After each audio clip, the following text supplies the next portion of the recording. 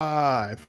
We're live. What's up? It's Thursday night, 7:30. Yes, I know we're late, but we're on CP time. So I'm gonna start putting 7:30 CP time on it. Welcome to the Deacon Board Podcast. Tonight, I got one of my longtime friends. Man, we've been friends since 1997. Another member of the Abundant Life Brat Pack, along with G and Bowser and Wah and Mumford and Rogers and Powell, and it was a bunch of us at Abundant Life at the same time, man. It was. It That's where was. we cut our teeth. But Marvin Mumford, welcome to the Deacon Board Podcast. Hey man, I'm super excited to be here with you. Like you said, man, we've been longtime friends for a long time, man. So I count this a privilege to be able to come on your show, man, and I hang out a little bit with you, bro. Come on, and that's all we doing, man. We come on, a lot of people like, y'all just get up there and talk. Yeah, we have conversations. We have the conversations on here that are way more calm than the conversations we normally have in person or via text. So um, I'll just, just just straight up, these conversations are real calm compared to what we normally do.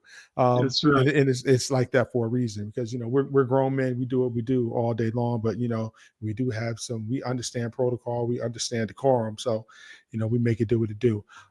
So for everybody listening, go like, share this to your pages. Go to Spotify, Apple Music, subscribe to the Deacon Board Podcast. But listen, I have Marvin here for a couple of reasons. We're going to talk a lot of stuff. First off, I often refer to my brother as the king of CCM. And so we're going to get into that. We're going to get into that later as to why I call him that. He is the king of CCM, boy. If y'all don't know anything about Mumford, he is the king of CCM in Atlanta and all over the country. So I'm going to talk about that a little bit later. A couple other things we're going to talk about tonight. We're going to talk about what he's currently doing. He's the worship pastor at the Rehoboth Church family in Tucker, Georgia. So we're going to talk about that a little bit. Then I want to talk about what happened in Jackson, Mississippi on yesterday with Mr. Travis Hunter signing with Jackson State. And not only that, but what's his name's son? Edrin James' son signed at Howard yesterday, which is going to be crazy. Yeah, so there are a couple of different signings that happened yesterday. So we're going to talk about that. Listen, any comments or questions that you guys have for Marvin, you can put them in the comments. He'll be able to see them. I'll be able to see them. We'll make sure we forward everything. And then there's going to be an ask of everybody also. 'Tis the season to be jolly. It is the season of giving. So there's some things that he's working on, and I'm going to help out as I can, and I'm gonna ask everybody that's listening to help out also. But let's hop into it, man. So Marvin Mumford, tell me, man, what do you, I know what you've been working on, but tell everybody what you've been working on, brother. Man, in this season, for those who don't know, me and my family, we travel full time, sharing the gospel through song and through teaching. And through the season of COVID, on March the 7th, and was it 2020, everything just shut down for all of us who travel as itinerant musicians or teachers and things of that nature. Everything just totally shut down. And so there was a shifting that was taking place. And for me, I love being on the road. I love traveling. I love meeting people at different places and things of that nature, singing, sharing the gospel, interacting with folks, man. But when that was shut down and everything was just like, okay, you're isolated by yourself.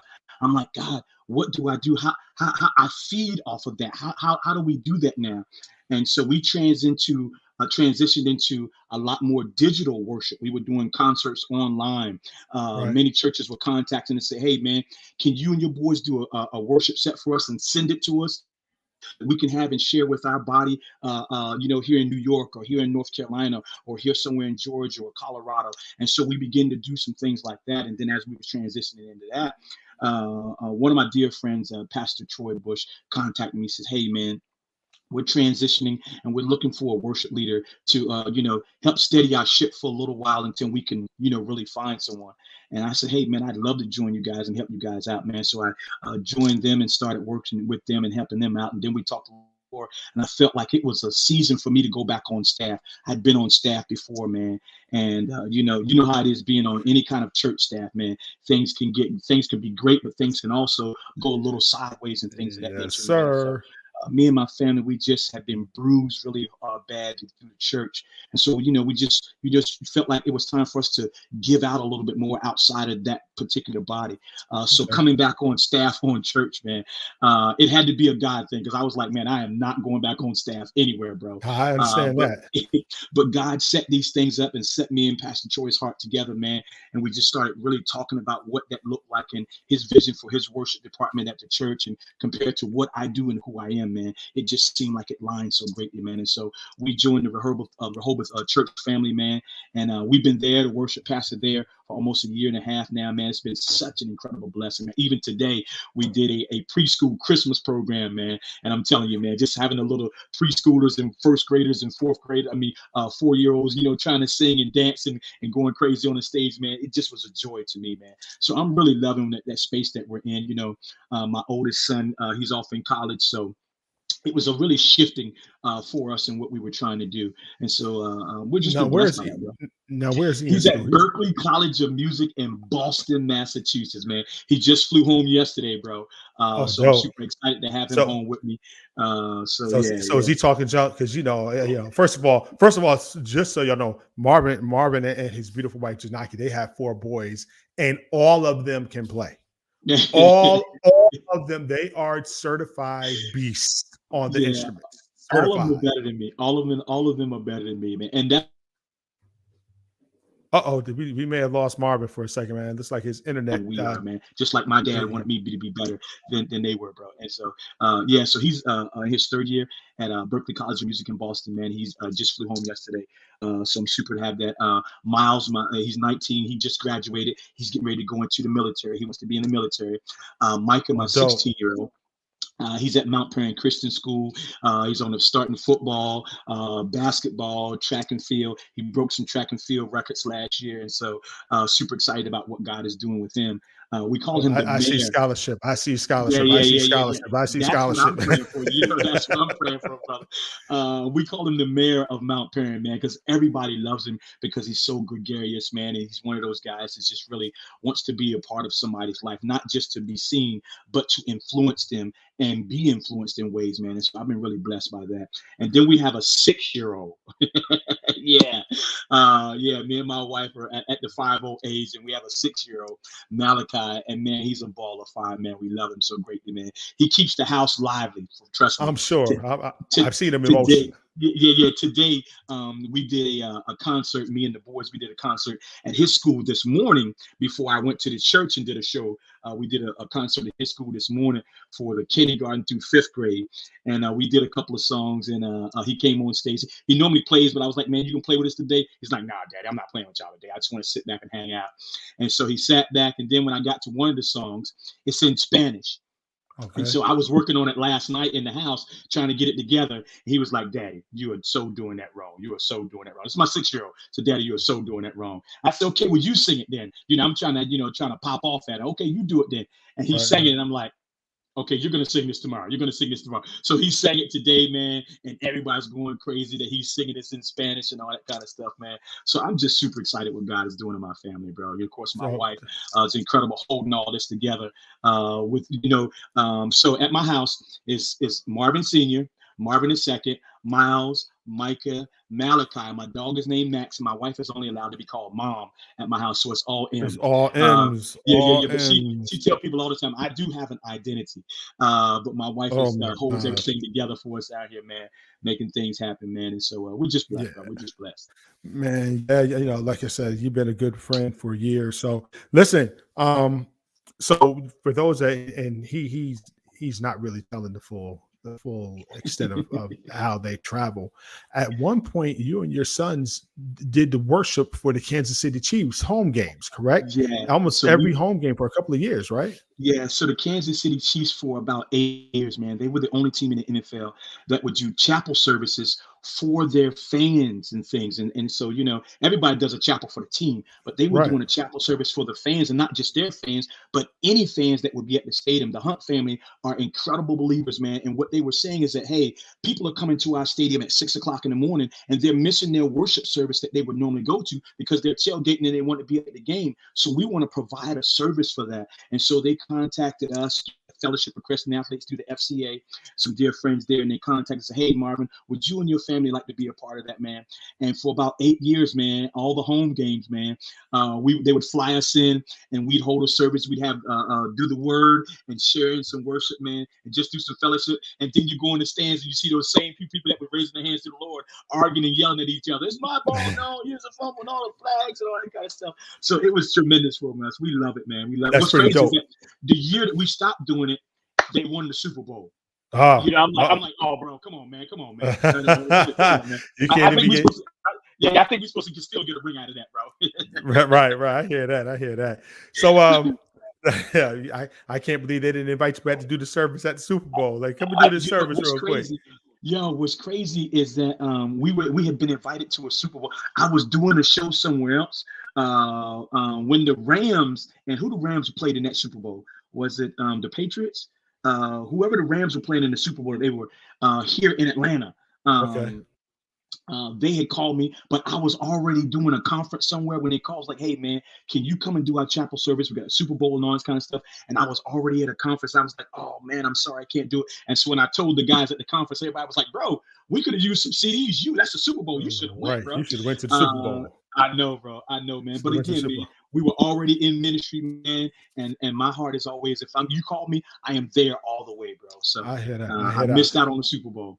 So let's dive into this real quick, since I know you've been waiting to talk about this for a minute. What has happened to gospel music coming from the king of CCM? So we have this argument all the time. So look, I can say this. I am, I'm not a fan of CCM, but but gospel music has fallen off also so bad that I'd rather listen to old stuff than some of the new stuff that's coming out. It's just, it doesn't move me. It doesn't do anything. So what happened to gospel music? Several things have happened with gospel music, man. First of all, they realize that those who say that they want gospel music are not supporting gospel music. And so if you're not supporting what you say you want, then me as a person that is doing that, I can't really make my livelihood in this circle anymore. I have to figure out another way to do some things. And everybody's saying, oh, gospel got to be this and gospel got to be that.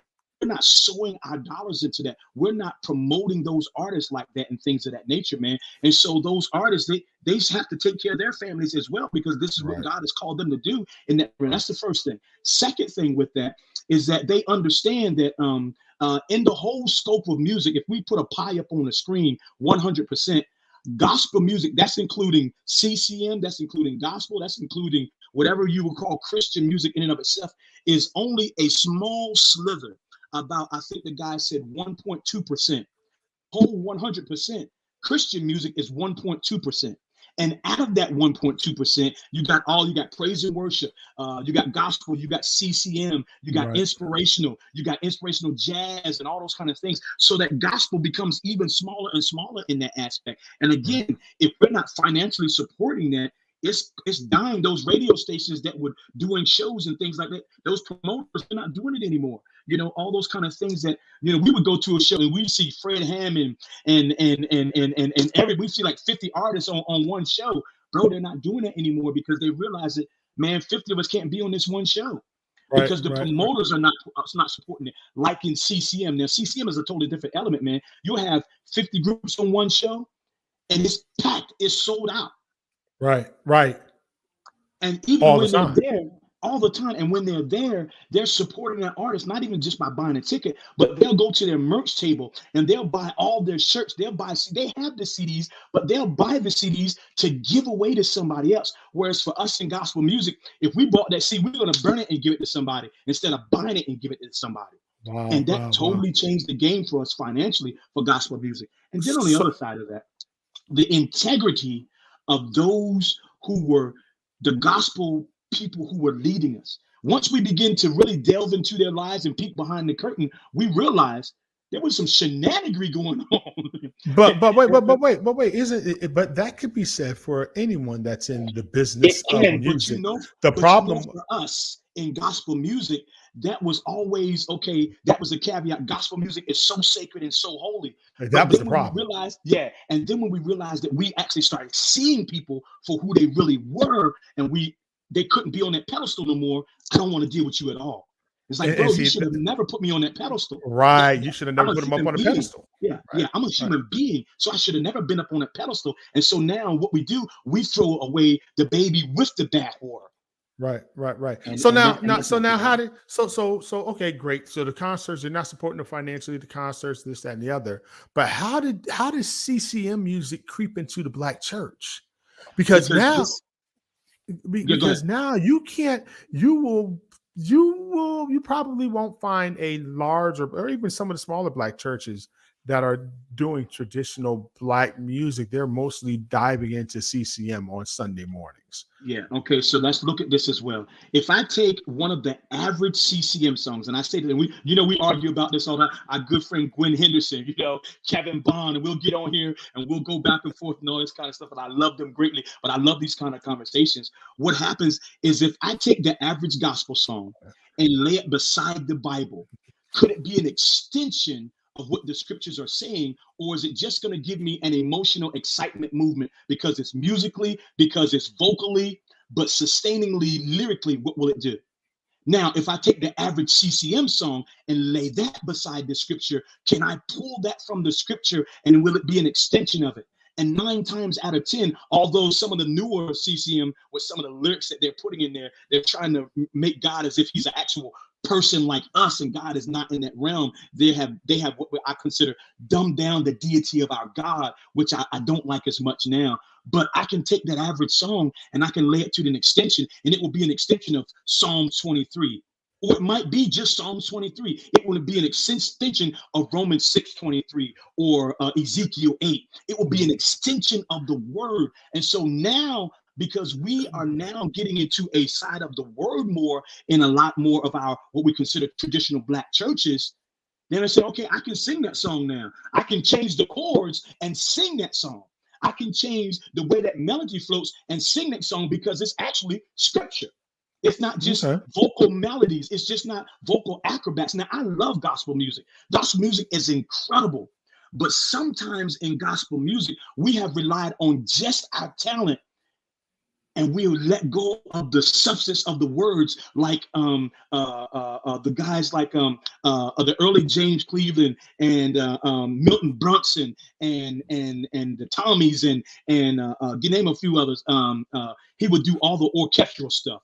Yeah, I Oh my mean, look, goodness. Thomas Whitfield, Richard Smallwood, Thomas they Whitfield, wrote Small, they wrote all the, music. yeah, they wrote music, and because they were going to churches that were exposed to everything and not just one genre of things. And so now a lot of our larger churches, because they're open to not just all black, they're open to all kinds of cultures. They understand that we have to begin to now open ourselves up to some things that we hadn't opened ourselves up to before.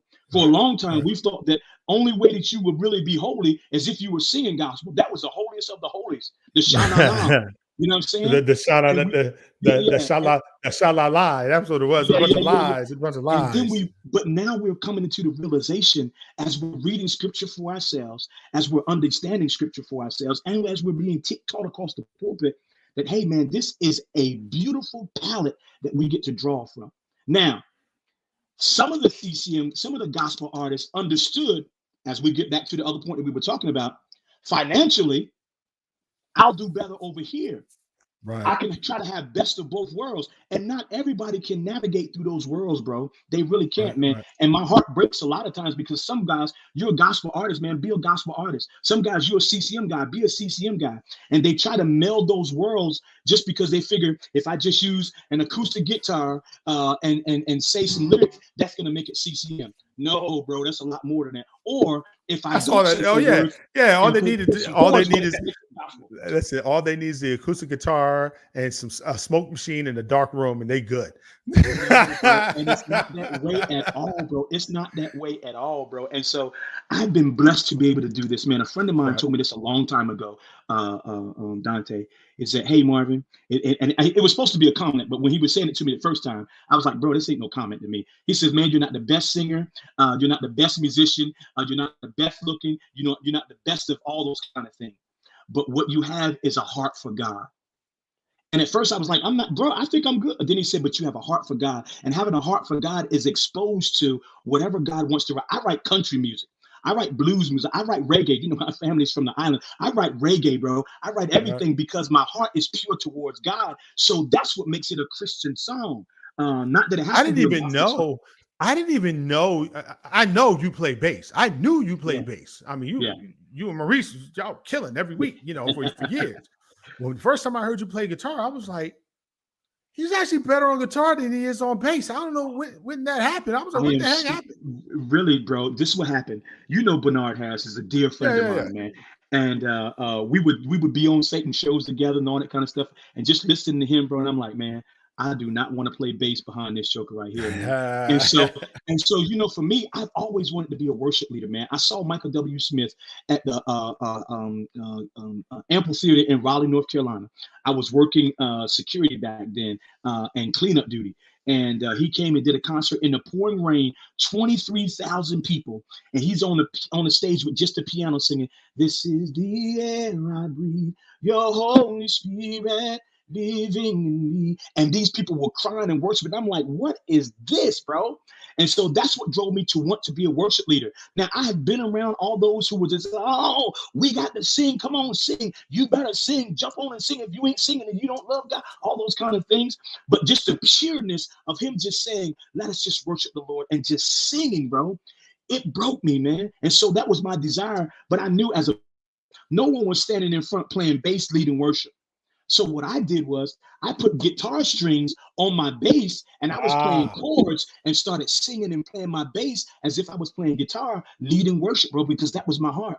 And then a friend of mine that was at the church that I was at, he says, "Marvin, you realize you are a guitar player?" I said, "No, man, I'm a bass player." He says, "No, you're not." So he gave me my first guitar, gave me a book, showed me how to play a C chord. He says, "Now play the guitar like you play your bass and sing those same songs." And so for a while, man, I just worked at learning how to get up early in the morning before I went to work, go to work, come home, blessed with be with my family, love on my wife and my kids, and then I'd stay up another hour or so to work on it. Man, my hands were sore, but my desire was to learn this instrument, bro, because I knew what it could do, and it just opened doors for me, man, that I would never have been a part of, man. You know, when we were at Abundant Life, man, it was one way, and I love what we did at Abundant Life, but it was just this. But that's not who I was. What was right. inside. So for me, as a worship leader, as a minister, as a musician, there was only a limitation to what I was able to do and to express. But once I was able to get this in my hand and express what was really in me, man, it changed everything about the ministry to which God was doing in me, bro. And so I'm grateful for that, man. Dope, dope, dope, dope. So tell us what you're doing, man. I know you have a couple of things you're working on right now. I know you have a big missions trip coming up, and then I also do. your guitar company. So talk about that a little bit, bro. Man, I am so blessed, man. God has allowed me and my family to be a part of a lot of mission outreaches. And many times people think when you're doing missions, you're going to Africa, you're going to Indonesia, you're going to Afghanistan and things of that nature. But for many of us, I am a domestic missionary. I am going to those cities and places that no one wants to go to and minister. I'm going to some of the best neighborhoods and sharing the gospel. And I'm going to the worst of the worst neighborhoods and sharing the gospel. And so the week after Christmas, me and my family, we're going to be joining with Pastor Kevin Hennessy and Calvary Chapel Island of Grace from Long Island, New York. They have a ministry called G5020. It's an incredible youth ministry. They've been doing it for I would say about almost 13 years now. I've been doing it with them for at least the last 10 years, 7 years I've been doing it. No, 10. It's been 10 years since I've been doing it with them. Wow. I feel old, bro. You Gee, are Louise. old, but go ahead. Since 2010, man, I've been doing this with them. But we go down to West Palm Beach, Florida, and when you say West Palm Beach, Florida, everybody's like, "Oh yeah, you're really doing missions work down in West Palm Beach, Florida, Marvin." And I'm telling you, West Palm Beach is beautiful. It's exciting. On one street, it's like Detroit. Like they say Right, that the 8 Mile divides Detroit. right, Literally in West Palm Beach, Florida, there are two streets that divide. You got on one side of those streets, you got yachts, you got million and $4 and $5 and $6 million homes. It's incredible. It's beautiful to see.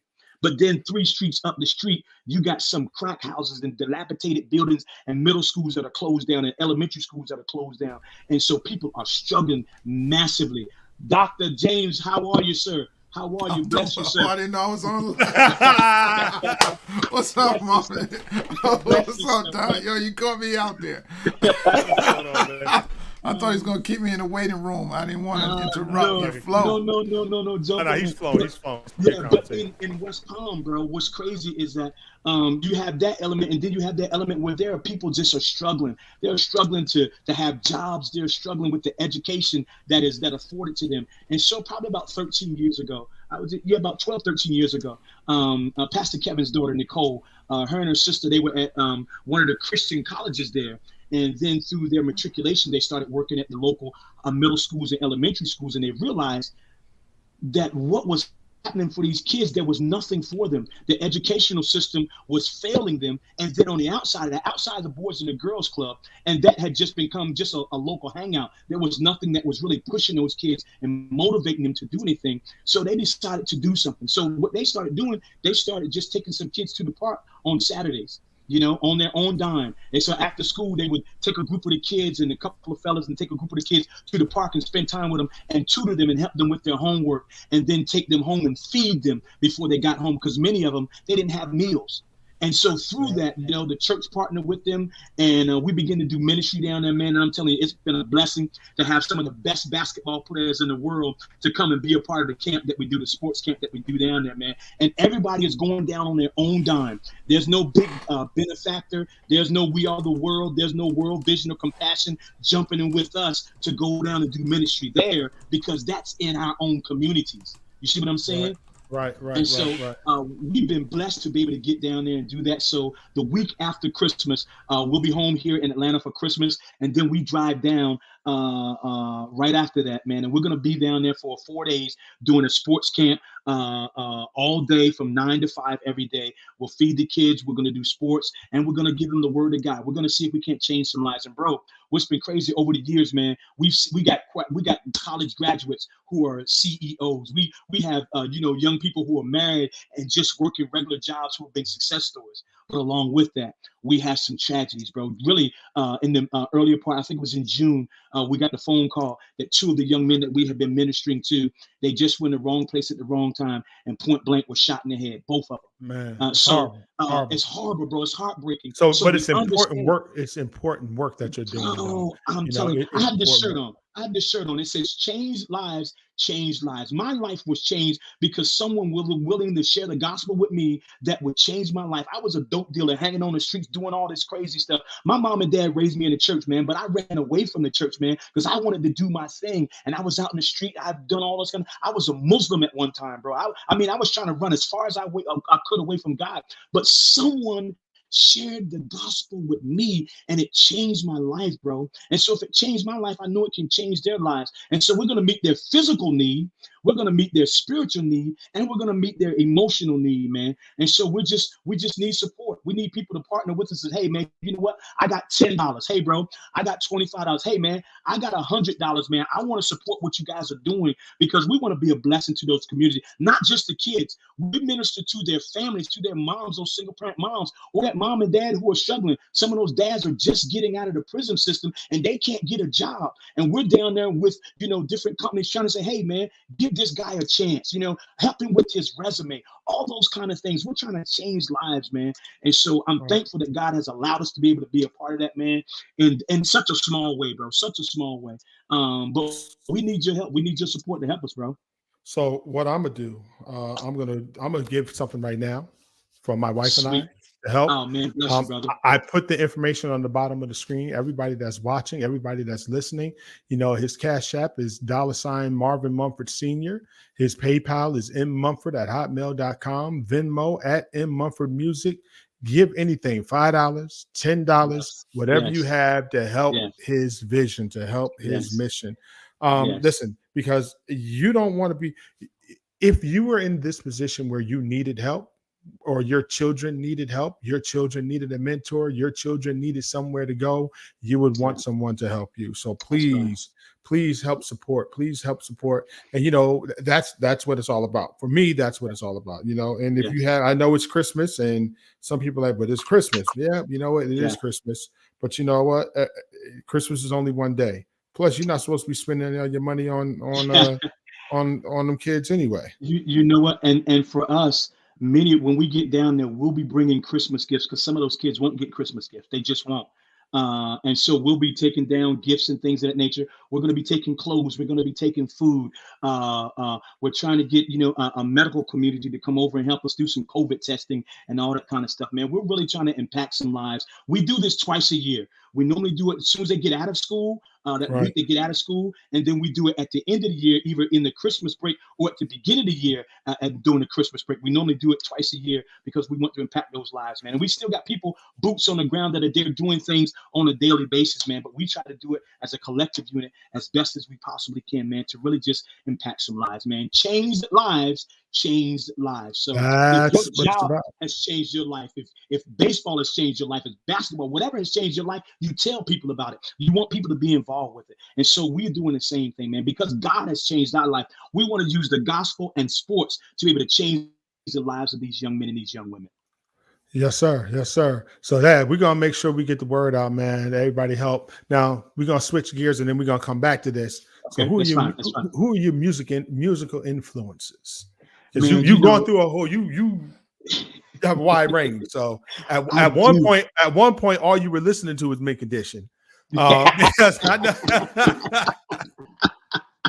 That's right, bro. You know them my boys right there, Mint Condition and Right.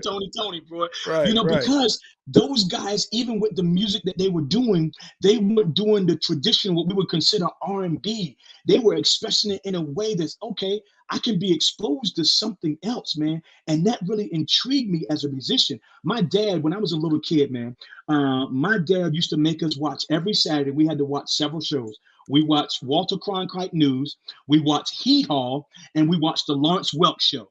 Those were the three things that we watched every Saturday. I watched it with my dad. He would let me sit in his lap and we could watch those, man. And that totally influenced me because with Hee Haw, I saw all these people out in the field. Now, back then when I was a little kid, I didn't know anything about, race and things of that nature, man. I just know it was a TV show that had some people playing it, and they were playing music that I could move a little bit to, and they were being funny and things of that nature and so I always wanted to play acoustic guitar. I would see, Mom Pearl out there, and they jump up in the field and they start playing a song, and or Jerry Lee start playing a little crazy lick, and they bring all these special people on the Hee Haw show. And then we watched the Lawrence Welk Show. Wow, tonight we're gonna have Satyam Basawanowicz from Russia doing the bassa.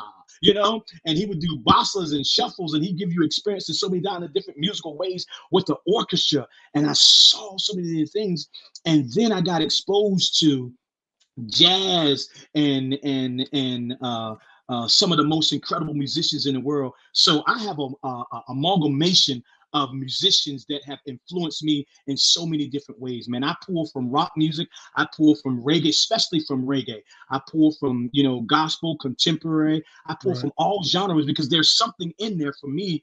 Because I think as a worship leader, and let me put it in that context, as a worship leader, Sunday morning is never enough room for me to express to God how I feel about him.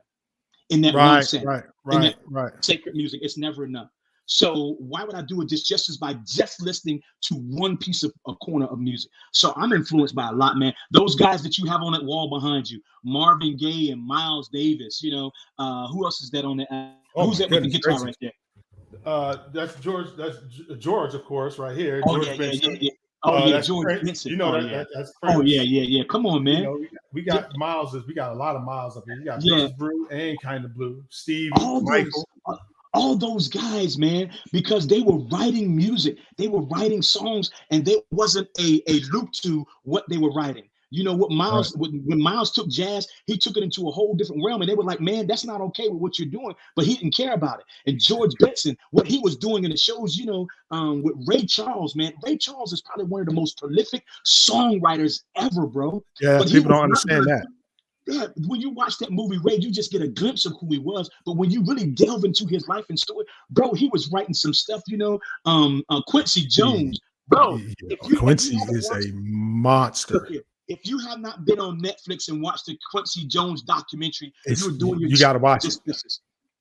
Now, mind you, I want to preface that he uses a little bit of language sometimes when he talks, because that's just who he is. It's just language. It's just language. It's just who he is. But I'm telling you, when you see the scope of who he was and what he was able to do and still doing, bro, you're like, oh my goodness, there is so much that we could be doing with music that we have constrained ourselves to, we have compartmentalized to with just gospel and just pop and just CCM and just reggae, instead of melding those together and seeing what we can come up with, bro. So Right. my influences is just countless. It's endless, bro. It is. I hear that.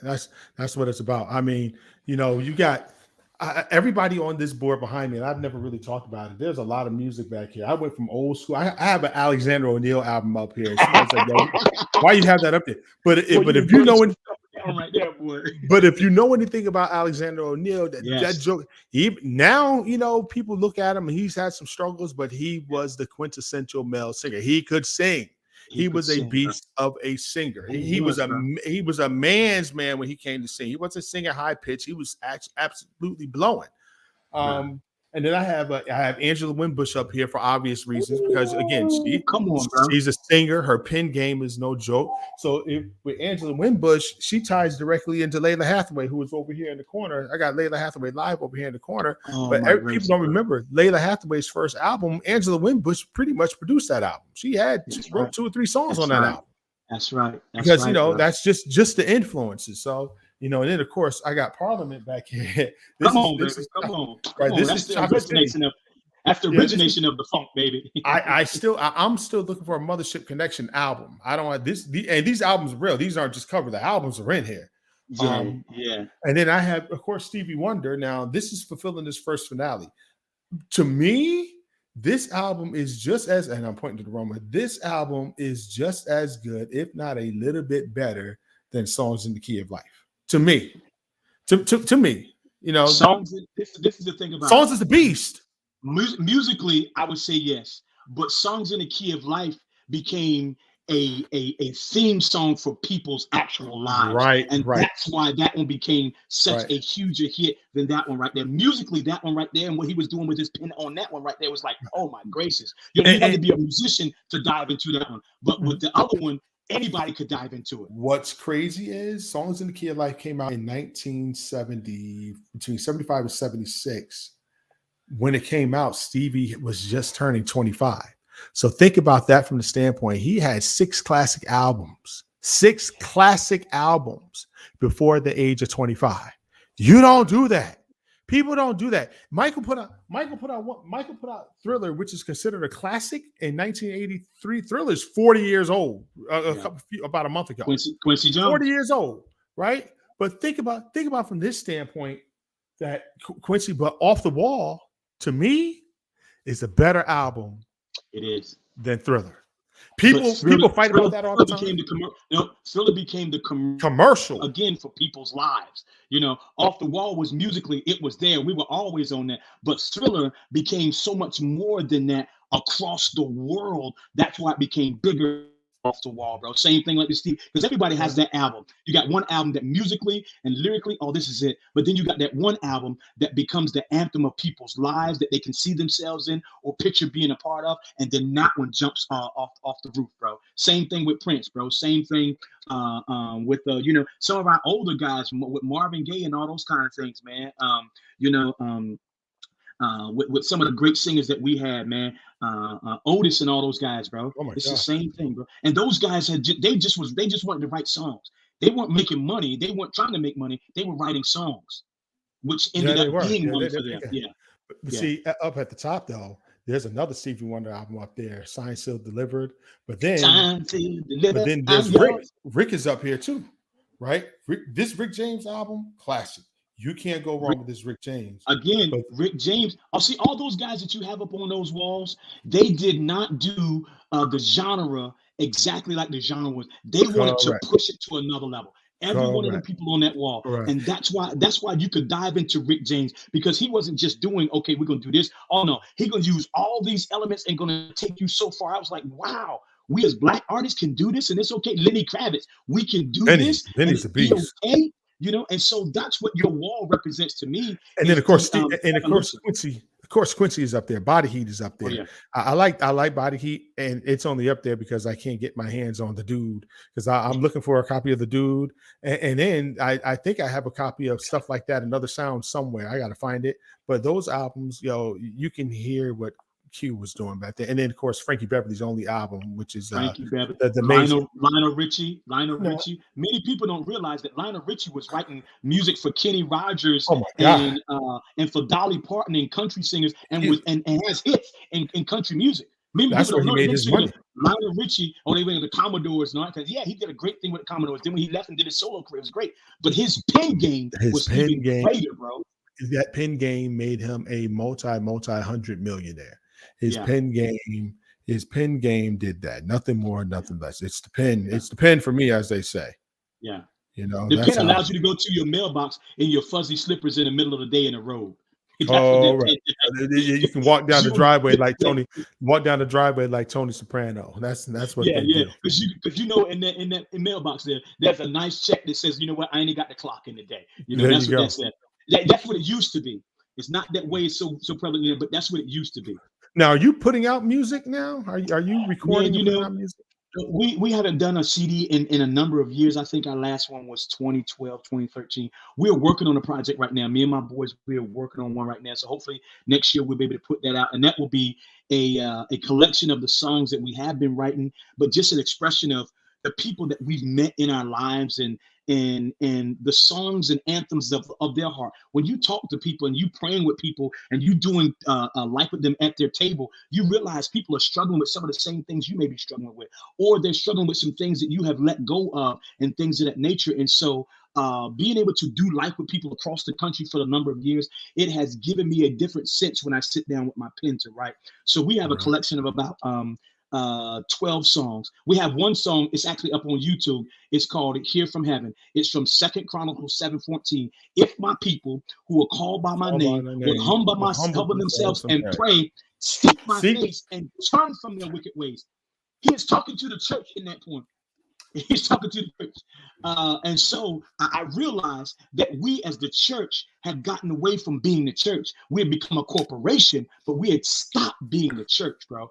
And so just being at different churches and being around different people, being on the streets, you know, and all that kind of stuff, and say, hey, man, I would come to church, man, and I would come. And again, people will always make excuses. But I realized some of these are not excuses. Some of these are actual reasons. The church has changed. Just like we talked about gospel music has changed. The church had truly changed. We're right now, even right now, we're so excited about having political power, as we quote unquote say, or having a social status and power as the church, and we've lost the power, the innate power that God has given us to be able to be in prayer, to be able to lay before Him and see people healed, see people delivered, and see people come to the Lord. There are pockets of that, man, but at one point, man, it was droves of people coming to know the Lord. Now, in other countries, they're coming to know the Lord in droves. Right. We have missionaries that are coming here to the United States now. How crazy is that? Right. Because I guess we've lost what we used to have. You know what's crazy about what's crazy about the music scene right now? A lot of people, and I'm just going to throw some names out there, and I know about them, but I want to see what you say about them. Okay. Maverick City Music. Yes. Maverick City Music. A lot of those folks who are with Maverick City Music, man, a lot of them are dear friends of mine, man. I love those guys. Chandler, Naomi Raines, Aaron, all those guys that are over there, man. I love those guys, man. And they have tapped into. See, a few years back, at one point, Israel Houghton was the only person that could go down the line into a traditional Black church and a traditional quote unquote Anglo-Saxon church and be received the same. Oh, we can say white. We can say white. We can say white here. I'm trying to be politically correct, Dante. We can say white. But at one time, Israel was the only person. He was the only person that was writing music that every group of people can worship with. And then we just got away with that. And then at some point, somebody realized, hey, man, and this has always been my heart, bro. I just want to write songs that please God. I don't care if it's gospel, it's a CCM, if it's inspirational, if it's whatever it is. I just want to write songs that please God. But if you're not in a genre, then they don't know where to put you, nowhere to rock with you.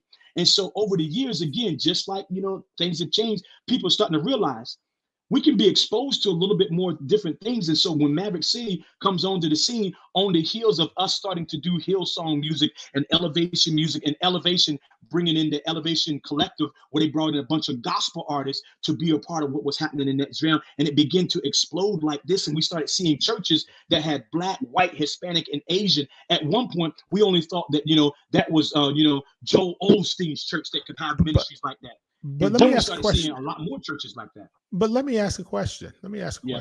Because those churches, all those churches that you name, where you see Black, white, blah, blah, blah together, they're 99% are led by white pastors. So why do we not see the same Black, white, everybody together being under the leadership of a Black pastor? Because even our most prominent Black pastor, like Jakes, he doesn't have a big conglomerate of white people going to his church. Yes, As a matter of fact, he does. no. Yes, he Because what they did smartly, he moved over there with Cheryl. See, I see. So they're not with him. They're not at the main Potter's House campus. They're over with Cheryl, right? Okay, so why does that happen? There are several reasons why that happens, bro. And so now we're getting into historically where we are now. Okay, so I want you to know where we're taking a turn to right now.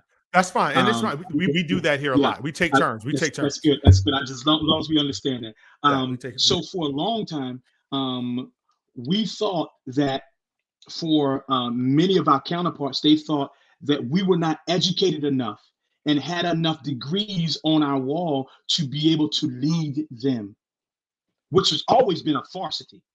But that was the knowledge, because again, for a long time, the scriptures were used as a weapon against us as African Americans. And that's why the only reason why we have a Black church is because we were not welcomed in the white church.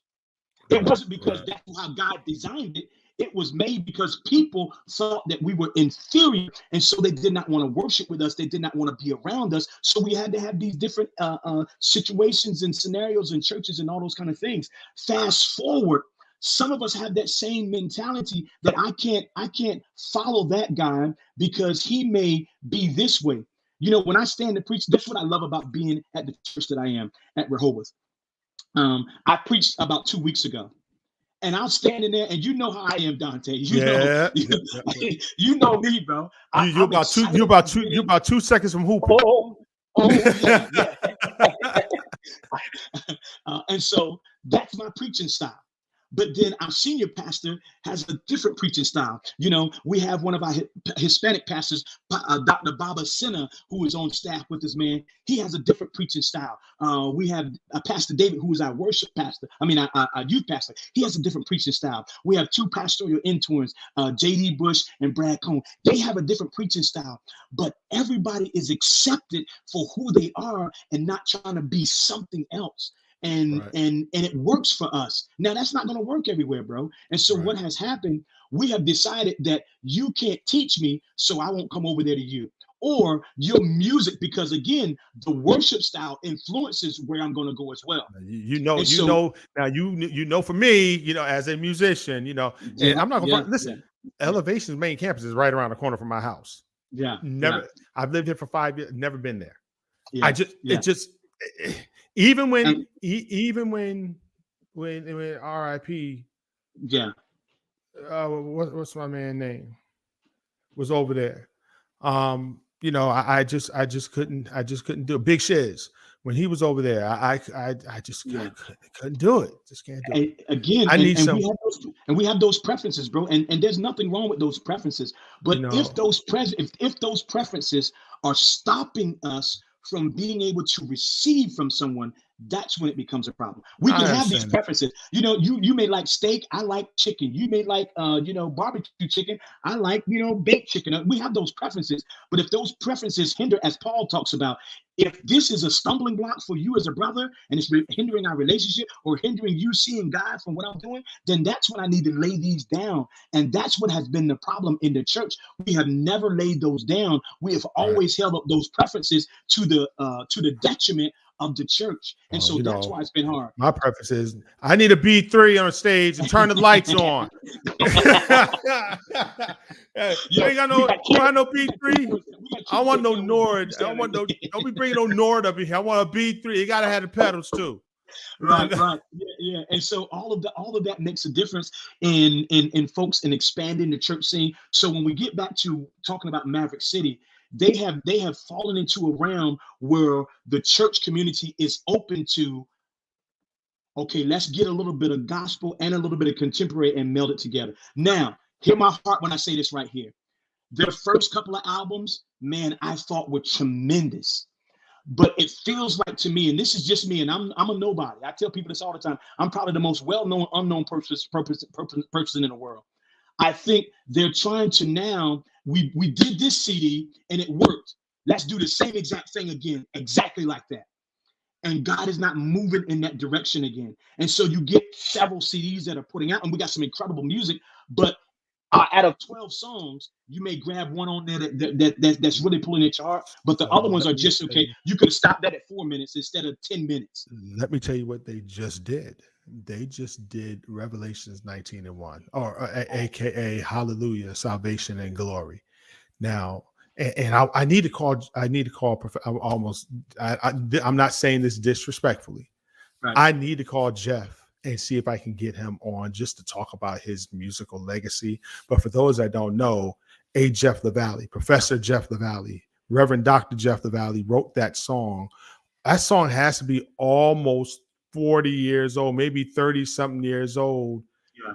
It's been, I mean, black churches have been singing this song forever. Since the late 80s, since the early 80s, they've been singing Hallelujah, Salvation. Yeah. And what I enjoyed about Maverick City's version is that they kept the integrity of the song. Yes. They kept the integrity of the original song, because Kanye and them did it. And they changed a little bit, but they kind of kept the integrity of it, but they changed a little bit of it. But this Maverick City, I was like, okay, this is the first time I've listened to, because everybody's been passing around their videos forever when they've been doing the tributes to people, and a lot of it was unseasoned tributes that, I was like, this is unseasoned, I don't want to hear it.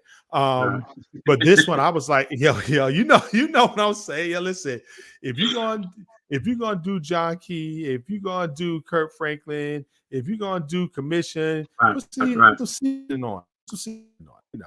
But yeah. So no, I mean, I enjoyed it, and I love the fact that they kept the integrity of the original song, a song that was, because we've heard Brooklyn Tabernacle do Total Praise, and it sounded nothing like Richard's version. We've heard several other, churches, interpret our songs and interpolate our songs, and it didn't sound like the original or anything like the original. But this one, they did a good job. So I was happy. On the opposite side of that, we have taken some of the CCM songs and flipped them so much just because we can put, a horn lick on there and a crazy bass line, and we think that, and it's like, bro, that's nowhere near what the song is expressing. You have made it now just something to just move with, and you've lost the integrity of the lyrics that are behind that song and all those kind of things. This is what I've been able to do, Dante. This is what I've been able to do. Because I know you say you like that little Lowry's on there. You like that little season on there. Like that little season on that. My wife used to tell me this all the time. I would do a song and I would put a little something on there. She said, hey, baby, don't blackanize that. You don't have to blackanize that one. Okay, just let that song be what it is. Just let that song be what it is. And I had to really understand, sometimes I don't need to put something on it. Let me just let these lyrics in. But then sometimes I do need to put a little seasoning on there to add a little something so that I can minister to somebody who would never listen to that song. Tasha Cobbs made Break Every Chain probably one of the most popular songs in the world. But you realize that wasn't her song. I know. That's not her song. And she only did the chorus. She never did the verses of the song. There are some incredible verses, but when she just did that chorus, she took that song, put a little seasoning on there, and brought it to a whole nother audience. And like, oh, wow. And so that's what God has allowed me to be able to do. We'll take a gospel song and we can go into a CCM venue and play that song and give them like, oh, I never heard that song. Let me do it in a manner that you can receive it. Or we can take a CCM song and take it into a all black situation or scenario or church or camp or something like that and put a little seasoning on it, and then they receive that song. And that's what I love about being able to do what I get to do, bro. Because that's what you have to be. Now, I think that's what God has called us to be. He's called us to be that bridge. Yeah. So shout out to Kenny and Sasha. He another abundant life brat packer. So we go back. We run deep. So man, listen, before we get out of here, we're almost at an hour in here talking, man. Great conversation. Listen, I still need everybody to go and support whatever you have. $5, $10, $3, $2. Cash App is on the screen, the PayPal's on the screen, the Venmo's on the screen. Now I see that you had your guitar there, so I wasn't going to do this, but go ahead, man. It's the season. Go ahead. I'm gonna go on mute and let you do your thing. Go ahead, bro. Okay, so Gnarls Barkley is another one of those. If y'all don't know who Gnarls Barkley, CeeLo Green, he's another one of those guys who's just an incredible musician and thing. And he used to have a song out, driving me crazy. Driving me crazy. And so I heard that and I was like, oh man, I love that song, man. And so I was in the car with me and my friend Bernard Harris. We were out on tour doing the Inspiring Hearts tour, and we were listening to the song. I was like, man, I would just love to take that song and put some Christian lyrics to that song, man, and see what happens to it. And so I did. And so it came out to that. God, you're amazing. God, you're amazing. God, you're amazing. Amazing to me.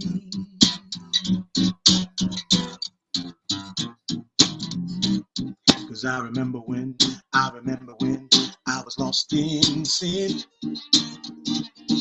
Satan had control. Even when I tried to break free, he wouldn't let go.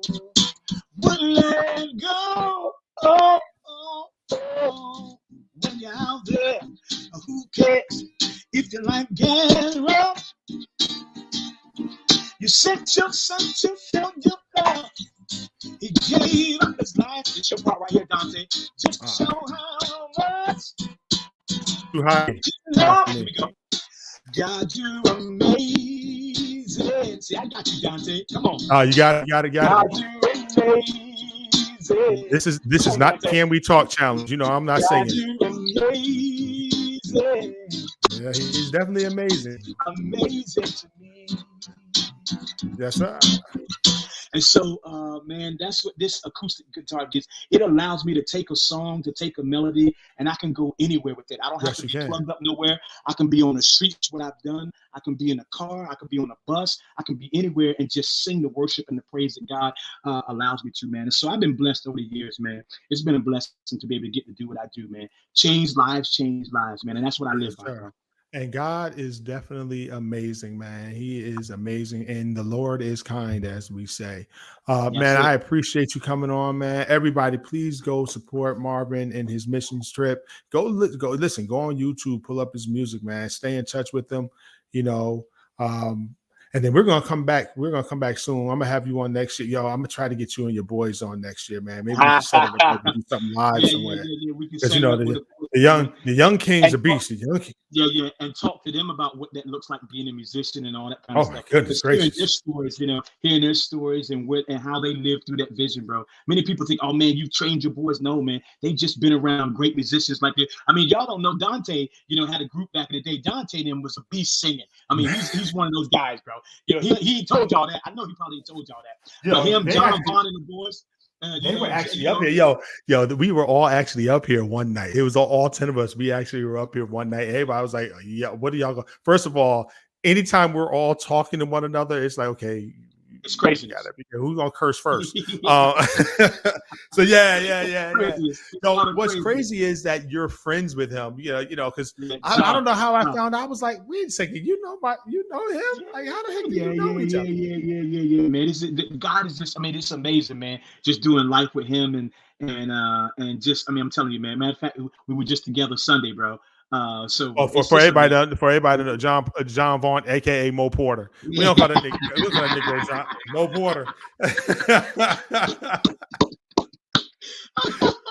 That's his my name. boy, That's man. his That's name. my That's boy, my man. But I'm telling you, man, it's just a blessing to be able to just be around great musicians. And my boys have always been around great musicians. The guys at Abundant Life with Maurice Rogers and the late great Ivan Powell and oh Doobie man, Powell and all those guys, man. And just Cornelius and all the great musicians that have ever come to, all the great singers that have ever come to the church, and then me being out on the road and being exposed to all that. They just been around great musicians, and so they love music, bro. So that next generation, man, I'm telling you, I'm amazed every time I get to sit on the stage. Even today, we were doing Christmas music today, and my son Micah did a solo and took some. I was like, oh, Marvin was doing a lick on this Christmas. We're doing Jingle Bells, bro, and he did a lick on this thing. I was yeah, like, oh man, see these young cats, they killers, and they're not scared. Yo, these young no. cats are not scared. No. They'll Yeah, play. They because play they're what from they a video age, bro. They're just so used to seeing people, so they're used to being right, out there, bro. They right. want to be out there. You know, for us, we didn't want to come out until we knew we had that song right. They don't care, man. Correct, They can get out there and do it, bro. correct, So correct. Well, cool. Well, man, I appreciate you, man. Go support Marvin Mumford Music. Man, we'll talk to y'all later. This has been another episode of the Deacon Board. Be blessed. thank you We'll be much, back bro. next week. We're coming back next week before the holidays. We're going to do our year-end wrap-up next week. Yeah, I got a bunch of crazy guests coming on next week. I'm not going to announce them right now, but, before I'm going to start dropping hints in the next couple of days who's coming on. So it's going to be crazy, yo. All right, man. Y'all be well. Everybody Hey, be man, blessed. thank you so much. Hey, tell Doc I said thanks too, man. I know he didn't hang out with us, man, but tell him, it's Yeah, okay. he We had to. promise. Yeah, he had to go and take care of some other stuff. He sent me a message. He was like, "Oh, I gotta go." I was like, "All right, I see the message right there. all right, Hey, yo. man, I'll holler at you. thank you so much for allowing me to be here, bro. Thank you, bro. Be easy. Peace."